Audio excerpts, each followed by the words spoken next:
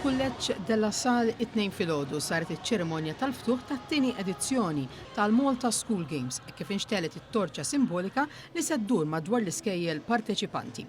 F'dawn il-logħob li l-finali tagħhom se jsiru bejn il-5 u l-14 ta' Mejju se jieħdu sehem 127 skola primarja, medja u sekondarja tal-Istat, tal-Knisja u indipendenti bil-parteċipazzjoni ta' 4,550 student firxa wiesa ta' 14 il-disciplina sportiva.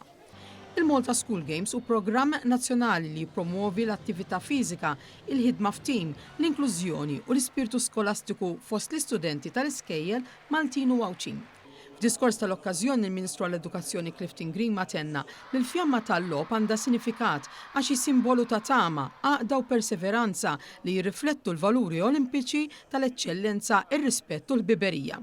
Dawn il-logħob li se jkollhom it-tema Play, Grow, Excel huma parti minn inizjattivi mmirati għal benesseri tal-istudenti biex jitrawmu minn età bikrija fl-attività fiżika u l-isport, inkluż kif indikat fl-Istrateġija Nazzjonali għall-Edukazzjoni sal-2030. Irrid ngħid li din parti mill-manifest elettorali tal-Partit Laburista u propju din nimplementaw l-istess manifest sabiex nassiguraw li t-tfal tagħna jieħdu dak li huwa l-iżvilupp sieħ tagħhom permezz ta' edukazzjoni li tik l-aqwa opportunitajiet.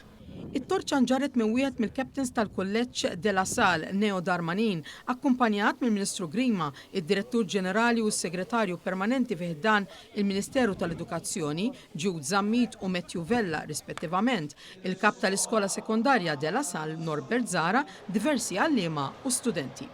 Aktar qabel it-tella spettaklu qasir fejn ipparteċipaw fost l-oħrajn studenti mill-ewwel sena tal-primarja li inċidentalment huma wkoll l-ewwel studenti fil-kulleġġ permezz tal-koedukazzjoni.